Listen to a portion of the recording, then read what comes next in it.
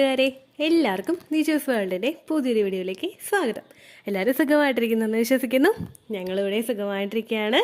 അപ്പോൾ എല്ലാവരും സന്തോഷത്തോടെയും ആരോഗ്യത്തോടെയും ഒക്കെ ഇരിക്കുക കേട്ടോ. ഇന്നത്തെ വീഡിയോയിൽ ഞാൻ സംസാരിക്കുന്നത് ഒരുപാട് പേര് ചോദിക്കുന്ന ഒരു കാര്യത്തെ പറ്റിയിട്ടാണ്.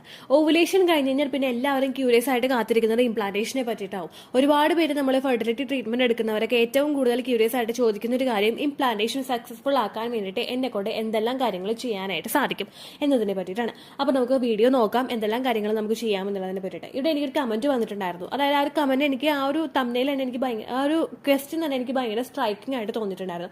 ആ ചാനലിൽ ആ ഒരു കമന്റിൽ ആ കുട്ടി ചോദിച്ചത്, ചേച്ചി ഓവുലേഷൻ കഴിഞ്ഞിട്ടുള്ള ഫുഡ്, ട്രാവൽ, ജോലി, കോണ്ടാക്ട് ഇതിനെല്ലാത്തിനും ഉൾപ്പെടുത്തിക്കൊണ്ട് ഒരു ഒറ്റ വീഡിയോ ചെയ്യാമോ എന്ന് ചോദിച്ചിട്ടുണ്ടായിരുന്നു. അപ്പോൾ നമുക്ക് എന്തൊക്കെയാണെന്ന് നോക്കാം. വീഡിയോ നമുക്ക് സ്റ്റാർട്ട് ചെയ്യാം. ഓവുലേഷൻ കഴിഞ്ഞിട്ട് നമ്മൾ കഴിക്കേണ്ട ഭക്ഷണങ്ങൾ എന്തൊക്കെയാണ്? ഒരുപാട് പേർക്ക് ഡൗട്ടുള്ള ഒരു കാര്യമാണ് ഓവുലേഷൻ കഴിഞ്ഞിട്ട് എന്തെല്ലാം കഴിക്കാം, എന്തെല്ലാം കഴിക്കാൻ പാടില്ല എന്നതിനെ പറ്റിയിട്ടുള്ള കാര്യങ്ങൾ. നിങ്ങൾ കഴിക്കാൻ പാടില്ല എന്ന് ചിന്തിച്ചു കഴിയുമ്പോൾ നിങ്ങൾ ഏറ്റവും ആദ്യം മനസ്സിൽ കരുതേണ്ടത് നമ്മൾ പുറത്തുനിന്ന് വാങ്ങിച്ചിട്ട് കഴിക്കുന്ന ഭക്ഷണങ്ങളെയാണ്. ഈവൻ ഒരു സ്നാക്സ് പാക്കറ്റ് വരെ നമ്മൾ പുറത്തുനിന്ന് മേടിച്ച് കഴിക്കുന്നുണ്ടെങ്കിൽ ഓവുലേഷൻ നടക്കുന്ന സമയത്ത് നിങ്ങളത് കംപ്ലീറ്റ് ആയിട്ട് അവോയ്ഡ് ചെയ്യുക. നമ്മൾ വീട്ടിൽ പ്രിപ്പയർ ചെയ്യുന്ന ഫുഡ് ഏതാണോ അത് ഓവുലേഷൻ കഴിഞ്ഞിട്ടുള്ള ഒരു 2 വീക്സ് വെയിറ്റിംഗ് ടൈമിൽ നിങ്ങൾ മസ്റ്റായിട്ട് കഴിക്കാനായിട്ട് ശ്രദ്ധിക്കുക. നമ്മൾ വീട്ടിലുണ്ടാക്കിയിട്ട് കഴിക്കുന്ന ഭക്ഷണങ്ങളിൽ നമ്മൾ ഉണ്ടാക്കുന്ന സമയത്ത് എന്തെല്ലാം കാര്യങ്ങൾ ഇടുമെന്നും അത് ടേസ്റ്റിനായിട്ട് നമ്മൾ കൂടുതലായിട്ട് ആഡ് ചെയ്യുന്ന ഒരു സാധനങ്ങളും അതിനകത്തില്ല. നമ്മൾ ഹെൽത്തി ആയിട്ടായിരിക്കും ഓരോ ഫുഡും നമ്മൾ വീട്ടിൽ പ്രിപ്പയർ ചെയ്തെടുക്കുന്നത്. എന്നാൽ നേരെ മറിച്ച് ഒരു ഹോട്ടലിൽ ഒരു സാധനം പ്രിപ്പയർ ചെയ്തത് എങ്ങനെയാണെന്നും നിങ്ങളിപ്പോൾ പാക്കറ്റിൽ ജസ്റ്റ് ഒരു കപ്പ് ഓർത്തതോ അല്ലെങ്കിൽ എന്തെങ്കിലും നിങ്ങൾ ഒരു പാക്കറ്റിൽ മേടിച്ച് കഴിക്കുന്നുണ്ടെങ്കിൽ നിങ്ങൾ ചിന്തിക്കുക, ആ ഒരു ഓയിൽ അവരെന്തെല്ലാം കാര്യങ്ങളിട്ട് ഫ്രൈ ചെയ്ത് അതിലിട്ട് എടുക്കുന്നുണ്ടാകും. എത്രത്തോളം ഫ്രൈ ചെയ്ത് എടുക്കുന്ന ഓയിലുള്ള കുക്ക് ചെയ്തിട്ടുള്ള സാധനമായിരിക്കും നിങ്ങൾ കഴിക്കുന്നത്. ഈ ഒരു കാര്യം കൂടി നിങ്ങൾ ശ്രദ്ധിക്കാം. ഇതെല്ലാം കഴിക്കുമ്പോഴും നിങ്ങളുടെ ശരീരത്തിലോട്ട് എത്തുന്നത് നല്ല വൈറ്റമിൻസ് അല്ല, നല്ല കാര്യങ്ങളൊന്നും നിങ്ങളുടെ ശരീരത്തിലോട്ട് എത്തുന്നില്ല. അപ്പോൾ ഓവുലേഷൻ കഴിഞ്ഞിട്ട് എന്തെല്ലാം ഫുഡ് കഴിക്കാം എന്ന് പറയുമ്പോൾ ആദ്യം നിങ്ങൾ ചിന്തിക്കുന്നത് എന്തെല്ലാം ഫുഡ് കഴിക്കാൻ പാടില്ല എന്നതിനെ പറ്റിയിട്ടാണ്. നമ്മൾ ബാക്കിയുള്ള ഭക്ഷണങ്ങൾ ഏതൊക്കെയായാലും, ഈവൻ പൈനാപ്പിൾ ആയാലും പപ്പായ ആയാലും ഒരെണ്ണമൊക്കെ കഴിച്ചെന്ന് വിചാരിച്ചിട്ട് നമുക്ക് ഒന്നും സംഭവിക്കാനായിട്ട് പോവില്ല. അതായത് ഒരു വലിയ പച്ചപ്പപ്പായ കഴിച്ചിട്ട് നമുക്ക് പീരിയഡ്സ് ആകും എന്നാണ് പറയുന്നത്. നമ്മളിപ്പോൾ ഒരു പച്ചപ്പപ്പായ അറിയാതെ ഒരു സ്ത്രീ ഒരു പീസ് കഴിച്ചു പോയി എന്ന് വിചാരിച്ചിട്ട് അതൊരിക്കലും നമുക്കൊരു പ്രഗ്നൻസിയെ പ്രിവെന്റ് ചെയ്യുന്നതിന് കാരണമാകില്ല. എന്നാൽ നേരെ മറിച്ച് നമ്മൾ പുറത്തുനിന്നൊരു ഭക്ഷണം കഴിക്കുന്നുണ്ടെങ്കിൽ ആ പുറത്തുനിന്ന് കഴിക്കുന്ന ഭക്ഷണവും ഒരു പീസാണ് നമ്മൾ കഴിക്കുന്നുണ്ടെങ്കിൽ, ഇപ്പോൾ ഒരു KFC ചിക്കൻ നമ്മൾ മേടിച്ചു, ഒരു ഫുൾ ബക്കറ്റ് നമ്മൾ മേടിച്ചു, അതിൽ ഒരു പീസ് നമ്മൾ കഴിക്കുന്നുണ്ടെങ്കിൽ അതും നമുക്ക് ഹാംഫുൾ അല്ല. എന്നാൽ കണ്ടിന്യൂസ് ആയിട്ട് നമ്മൾ ഈ ഒരു മിസ്റ്റേക്ക് ചെയ്തുകൊണ്ടിരിക്കുന്നുവെങ്കിൽ നമുക്ക് ഉറപ്പായിട്ടും ഇത് ഹാംഫുൾ എഫക്ട് കൊണ്ടുവന്ന് തരും. ഓവുലേഷൻ കഴിഞ്ഞിട്ട് ഒരു സ്ത്രീ ഒരു പപ്പായ വീതം ഓരോ ദിവസവും നമ്മൾ കഴിച്ചുകൊണ്ടിരിക്കുകയാണെങ്കിൽ അത് നമ്മുടെ യൂട്രസിൽ കോൺട്രാക്ഷൻസ് ഉണ്ടാക്കുന്നതിന് കാരണമാകുന്നു. അതുപോലെ തന്നെ ഒരു KFC ചിക്കൻ കഴിക്കുന്ന സമയത്ത് നമ്മൾ എല്ലാ ദിവസവും ഈ ഒരു പീസ് തന്നെ ഇങ്ങനെ കഴിച്ചുകൊണ്ടിരിക്കുകയാണെങ്കിൽ അതും നമുക്ക് ശരീരത്തിൽ ഹാംഫുൾ ആവുന്നു. ആ കാര്യങ്ങളും കൂടി നിങ്ങൾ ശ്രദ്ധിക്കണം. പുറത്തുനിന്ന് മേടിച്ച് കഴിക്കുന്ന വെള്ളമാണെങ്കിൽ കൂടി, ഈവൻ സോഫ്റ്റ് ഡ്രിങ്ക്സ്, നമ്മളിപ്പോൾ പുറത്തോട്ട് ഇറങ്ങുമ്പോൾ ഭയങ്കര ഹോട്ടാണ്, നമുക്ക് വെള്ളം ഇല്ലാതെ പറ്റില്ല.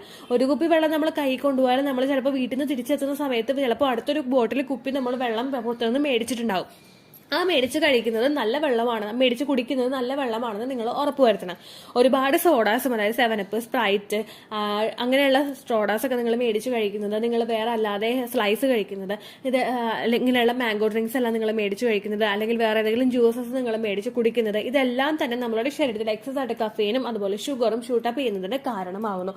അങ്ങനെയുള്ള കാര്യങ്ങൾ നിങ്ങൾ പ്രിവെന്റ് ചെയ്യുക. അതുപോലെ തന്നെ ടീ, കോഫി ലവേഴ്സ്, നിങ്ങൾ എത്രത്തോളം ടീയെ കോഫിയെ സ്നേഹിക്കുന്നുണ്ടെങ്കിലും ഒരു ദിവസം 2 കപ്പ് അതിൽ കൂടുതൽ നിങ്ങൾ കുടിക്കാനായിട്ട് പാടില്ല. അത് കപ്പ് എന്ന് പറയുമ്പോഴേക്കും വലിയ കപ്പല്ല. നമ്മളിപ്പോൾ പുറത്തുനിന്നൊരു ഗസ്റ്റ് വന്നു കഴിഞ്ഞാൽ നമ്മൾ അവർക്കൊരു ചായ കൊടുക്കുന്നത് ഒരു മീഡിയം സൈസ് കപ്പിലായിരിക്കും. ആ മീഡിയം സൈസ് കപ്പിൽ മാത്രമേ നിങ്ങൾ കുടിക്കാനായിട്ട് പാടുള്ളൂ. നിങ്ങളത് മസ്റ്റായിട്ട് ശ്രദ്ധിക്കണം കേട്ടോ. അപ്പം ഈ ഒരു കാര്യം ശ്രദ്ധിക്കാം. ഇനി എന്തെല്ലാം കഴിക്കണം? നട്ട്സ് കഴിക്കുക, ധാരാളം നട്ട്സ് നിങ്ങൾ കഴിക്കുക. എന്തൊക്കെയാണ്? വാൾനട്ട്, അതുപോലെ ബദാം കഴിക്കുക, കാഷ്യൂനട്ട് കഴിക്കുക, പിന്നെ ഡ്രൈ ഫിഗ് കഴിക്കുക, അതായത് ഉണങ്ങിയിട്ടുള്ള അത്തിപ്പഴം, അതുപോലെ ഉണക്കമുന്തിരി വെള്ളത്തിലിട്ട് നമ്മൾ കുടിക്കുക. അല്ലെങ്കിൽ ഇപ്പോൾ ബദാം തന്നെയാണെങ്കിൽ ബദാം ഒന്ന് രാത്രി എടുത്ത് കുതിർത്തതിന് ശേഷം അതിന്റെ ആ ഒരു നമ്മൾ ഒന്ന് കുതിർത്ത് കഴിയുമ്പോൾ ഒന്ന് സോഫ്റ്റ് ആവുള്ളൂ. അതിന് ശേഷം അതിന്റെ ആ ഒരു പുറമേ ഉള്ള ആ ഒരു തൊലി റിമൂവ് ചെയ്തിട്ട് നിങ്ങൾ ബദാം കഴിക്കുക. അതുപോലെ ഡ്രൈ ഫിഗ്, അത്തിപ്പഴം നിങ്ങൾ വെള്ളത്തിലിട്ടിട്ട് 2 അത്തിപ്പഴം മതി കേട്ടോ, അത് വെള്ളത്തിലിട്ടിട്ട് നിങ്ങൾ രാവിലെ എഴുന്നേൽക്കുമ്പോഴേക്കും അത് കുടിക്കാനായിട്ട് ശ്രദ്ധിക്കുക, കഴിക്കാനായിട്ട് ശ്രദ്ധിക്കുക. ഉണക്കമുന്തിരി നിങ്ങൾ വെള്ളത്തിലിട്ട് ആ വെള്ളവും ഉണക്കമുന്തിരി നിങ്ങൾ അങ്ങോട്ട് കഴിക്കാം. അതുപോലെ കാഷ്യൂനട്ട് ആണെങ്കിൽ ഒരു 2-3 കാഷ്യൂനട്ട് നിങ്ങൾ എടുത്തിട്ട് കഴിക്കുക. അതുപോലെ ഈന്തപ്പഴമാണെങ്കിൽ 2 ഈന്തപ്പഴം അല്ലെങ്കിൽ 1 ഈന്തപ്പഴം വെച്ചിട്ട് നിങ്ങൾ കഴിക്കാം. ഇതെല്ലാം നട്ട്സിന്റെ കാറ്റഗറിയിൽ വരുന്ന നട്ട്സിന്റെ ഡ്രൈ ഫ്രൂട്ട്സിന്റെ കാറ്റഗറിയിൽ വരുന്നതും നിങ്ങൾക്ക് പ്രഗ്നൻസി സപ്പോർട്ട് ചെയ്യാനായിട്ട് സഹായിക്കുന്നതുമാണ്. ഇനി വെജിറ്റബിൾസ് എന്ന് പറയുമ്പോഴേക്കും പച്ച നിറത്തിലുള്ള കറികൾ, പച്ചക്കറികൾ എന്ത് നിങ്ങൾ കണ്ടാലും അതെല്ലാം നിങ്ങൾ കഴിച്ചോളാം. നിങ്ങൾക്ക് ഒരുപാട് ബെനിഫിറ്റുകൾ വരും. നമ്മളിപ്പോൾ ചീര കഴിക്കുന്നത് നല്ലതാണ്, അതുപോലെ ബ്രൊക്കോളി കഴിക്കുന്നത് നല്ലതാണ്, ക്യാബേജ് കഴിക്കുന്നത് നല്ലതാണ്. ഇതെല്ലാം തന്നെ നിങ്ങൾ ഫെർട്ടിലിറ്റി ഇൻക്രീസ് ചെയ്യാനായിട്ട് സഹായിക്കും. ടൊമാറ്റോ കഴിക്കുന്നത് നല്ലതാണ്. പിന്നെ കഴിക്കുന്നത് നല്ലതാണ്, ചീര കഴിക്കുന്നത് നല്ലതാണെന്ന് വിചാരിച്ചിട്ട് എല്ലാ ദിവസവും ചീര അങ്ങനെ പാടില്ല.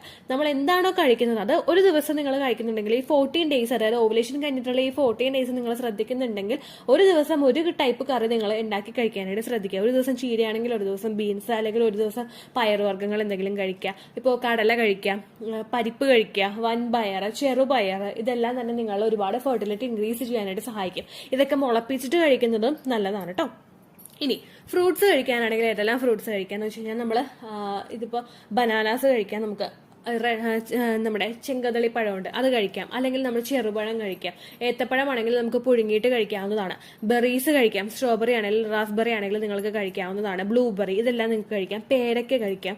അങ്ങനെയുള്ള ഫ്രൂട്ട്സ് ഒക്കെ നമുക്ക് കഴിക്കാവുന്നതാണ്. അവോക്കാഡോ കഴിക്കാം. അവോക്കാഡോ കിവിയൊക്കെ കുറച്ച് എക്സ്പെൻസീവ് ആണ്. നിങ്ങൾക്ക് എക്സ്പെൻസീവിലോട്ട് പോകാൻ താല്പര്യമില്ലെങ്കിൽ നമ്മൾ ചെറിയ പഴം മേടിക്കാൻ കിട്ടില്ല നമുക്ക് പുറത്തുനിന്ന്. നമ്മൾ സാധാരണയായിട്ട് കഴിക്കുന്ന ഞാലിപ്പൂവൻ പഴം, പാളയംകുടം പഴം, അതുപോലെ റെഡ് ബനാന, അത് ചെങ്കതളിപ്പഴം, ഇതൊക്കെ നിങ്ങൾ മേടിച്ചു കഴിക്കുന്നത് എന്തായാലും നിങ്ങൾക്ക് ഒരുപാട് ബെനിഫിറ്റുകൾ തരും കേട്ടോ. അതുപോലെ തന്നെ പേരയ്ക്ക നിങ്ങൾ കഴിക്കുന്നത് നല്ലതാണ്. ഇപ്പൊ നമുക്ക് മാങ്ങയുടെ സീസണാണ്. മാങ്ങ കൂടുതൽ കഴിക്കരുത് കേട്ടോ, കാരണം നമ്മുടെ ശരീരത്തിൽ ചൂട് നല്ലതുപോലെ കൂടും. നിങ്ങൾ ഏത് ഫ്രൂട്ട് കൊടുത്തോട്ടെ, നിങ്ങളിപ്പോൾ അവോക്കാഡോ ആയാലും കിവി ആയാലും നമ്മൾ അതിന്റെ വലിപ്പം അനുസരിച്ചിട്ട് നമ്മൾ കഴിക്കാം. നല്ല വലിപ്പമുള്ളൊരു പഴമാണ് നിങ്ങൾ എടുക്കുന്നതെങ്കിൽ അത് ഒരെണ്ണം നിങ്ങൾ കഴിച്ചാൽ മതിയാകും.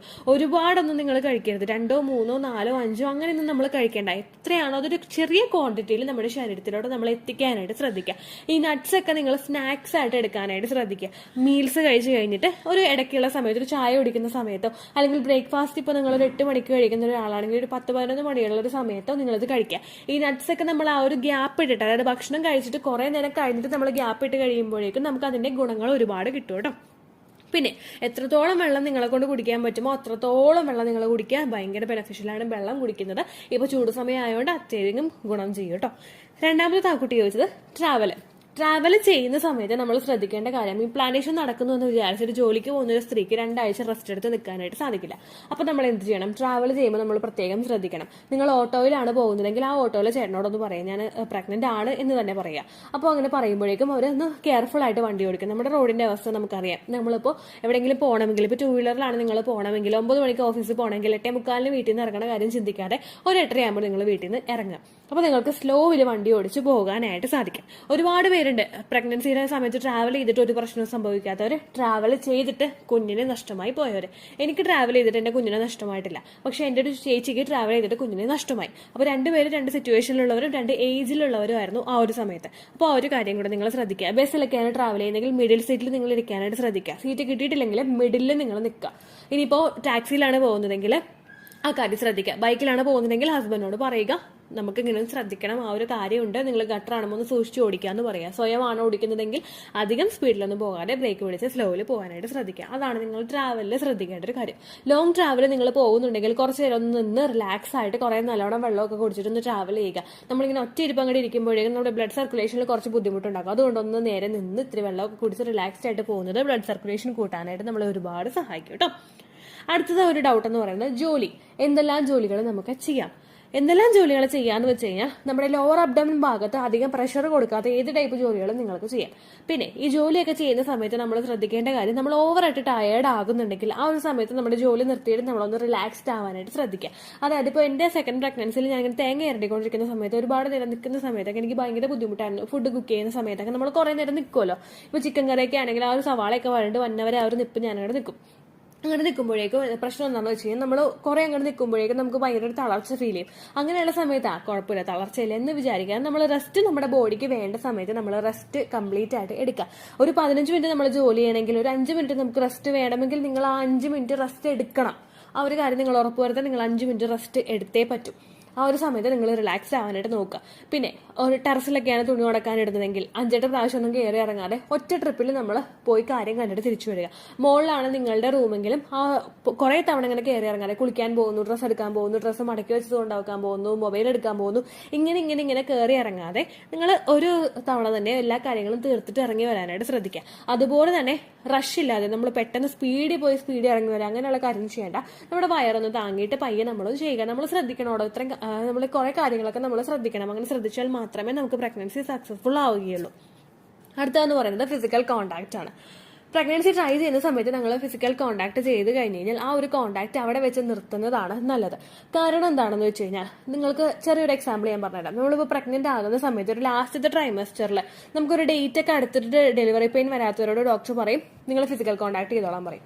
അല്ലെങ്കിൽ നിങ്ങൾ സ്റ്റെപ്പൊക്കെ ഒന്ന് കയറി ഇറങ്ങാനായിട്ട് പറയും. എന്താ പറയണമെന്ന് വെച്ച് കഴിഞ്ഞാൽ ഫിസിക്കൽ കോണ്ടാക്ട് ചെയ്യുന്ന സമയത്ത് നമുക്കൊരു കോൺട്രാക്ഷൻ ചിലവരിൽ നിങ്ങൾ ആ ഒരു തെറ്റ് ചെയ്തു, അത് ചെയ്തെങ്കിൽ അത് ചെയ്തു പോയി, അതോടെ കഴിഞ്ഞു, ഇനി അങ്ങോട്ട് ആവർത്തിക്കാണ്ടിരിക്കാൻ നിങ്ങൾ ശ്രദ്ധിക്കുക.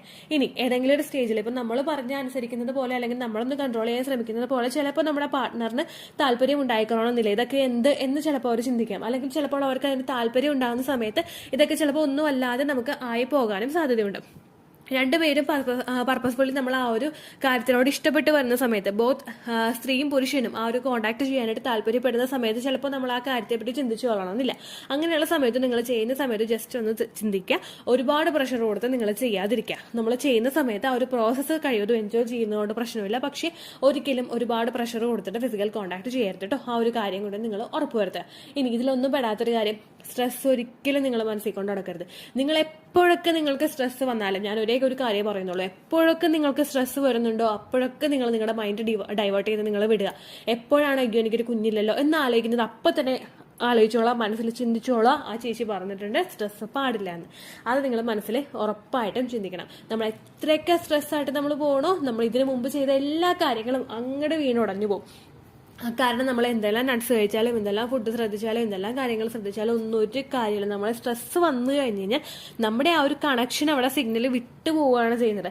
നമ്മുടെ ബ്രെയിനും നമ്മുടെ റീപ്രൊഡക്റ്റീവ് സിസ്റ്റവും തമ്മിലുള്ള ഒരു കണക്ഷൻ അവിടെ വിട്ടു പോയി കഴിഞ്ഞാൽ പിന്നെ അതുകൊണ്ട് എന്തെങ്കിലും ഒരു ഉപകാരം നമുക്ക് ഉണ്ടാവുമോ? ഉണ്ടാവില്ല.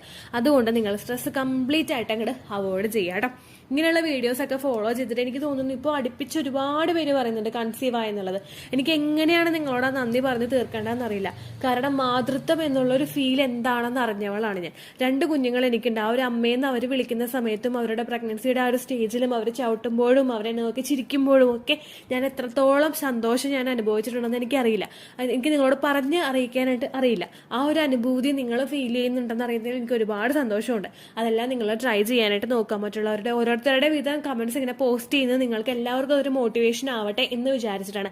അങ്ങനെ പറയാനായിട്ട് നിങ്ങൾക്ക് ഈ കേട്ടുകൊണ്ടിരിക്കുന്ന എല്ലാവർക്കും പറ്റട്ടെ എന്ന് ഞാൻ ദൈവത്തിനോട് പ്രാർത്ഥിക്കാം കേട്ടോ. അപ്പോൾ ഇത്രയേ ഉള്ളൂ വീഡിയോ. എന്തെങ്കിലും സംശയം ഉണ്ടെങ്കിൽ നിങ്ങൾ കമന്റ്സിൽ ചോദിക്കുക.